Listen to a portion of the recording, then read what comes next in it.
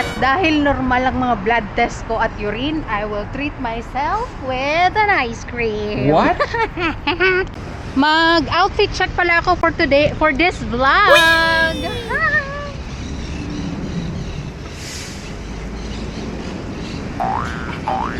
Woo! Kunwari masayang OFW, pero ang daming inilalaban. Bili na ako ng ice cream para syempre ma-treat na ang aking sarili, proud na sarili dahil normal ang blood test.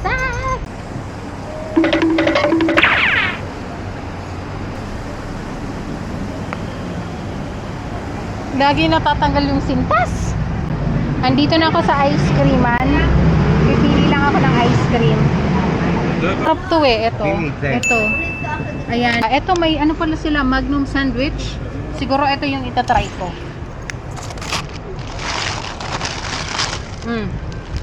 Magnum sandwich. 12 shekels.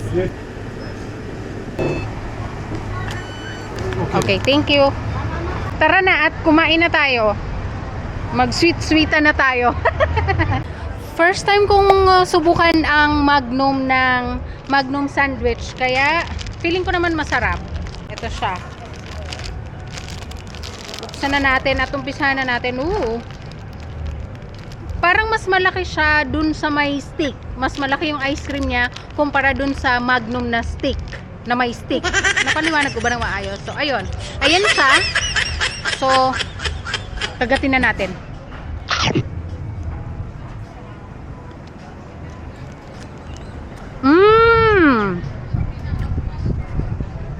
Sorry kung ganito ako kumain. Gamit ko kasi yung dentures ko. Kaya niwi na naman akong kumain. Masarap. Masarap siya. Kaya ako kasi na-treat ko yung sarili ko ng ice cream. Tapos okay naman yung mga blood test ko tsaka yung urine test. Kaya masaya. Sana kayo din masaya. Alright? Alright. So ngayon, pauwi na ako. Hindi pala buong may mga nuts yung ice cream. Sa pinakababang area, biscuit yata to. Yan. Ayan ang makikita sa loob.